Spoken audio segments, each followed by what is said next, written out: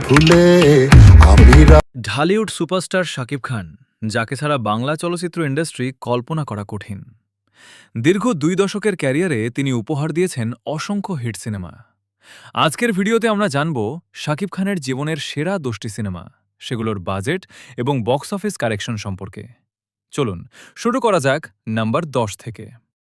১০ number ১ Shakib Khan ২০১০।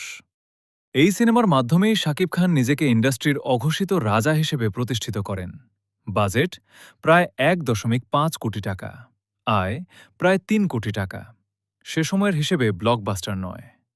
কোটিটি টাকার কাবিন ২০০৬। শাকিব অপু জুটির প্রথম এবং অন্যতম সফল সিনেমা, যা শাকিব খানের ক্যারিয়ারের মোড় ঘুরিয়ে দিয়েছিল। বাজেট প্রায় ১ কোটি টাকা, আয় ৫ কোটি টাকা।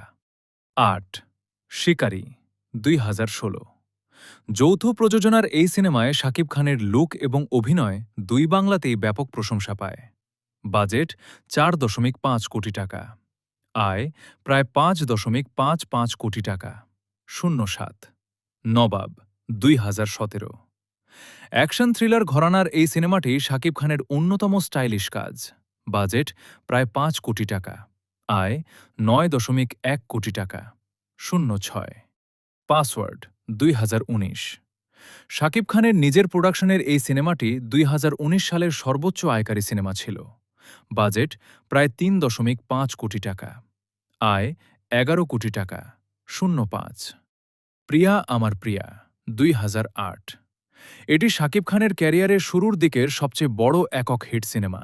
বাজেট প্রায় ১ কোটি টাকা, আয় ১৫ কোটি টাকা। ৪ রাজকুমার ২০২৪।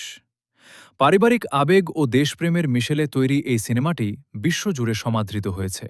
বাজেট ৮ কোটি টাকা, প্রায়, আয় ২৬ কোটি টাকা। ০৩ প্রিয়তমা ২০২৩। এই সিনেমার ঈশ্বর গান এবং শাকিব খানের বৃদ্ধ লুক দর্শককে মুগ্ধ করেছিল। বাজেট ২.৫ থেকে ৩ কোটি টাকা, আয় ৪৪ কোটি টাকা। নাম্বার ২ তুফান ২০২৪। এটি শাকিব খানের ক্যারিয়ারের অন্যতম স্টাইলিশ এবং হাই ভোল্টেজ অ্যাকশন সিনেমা।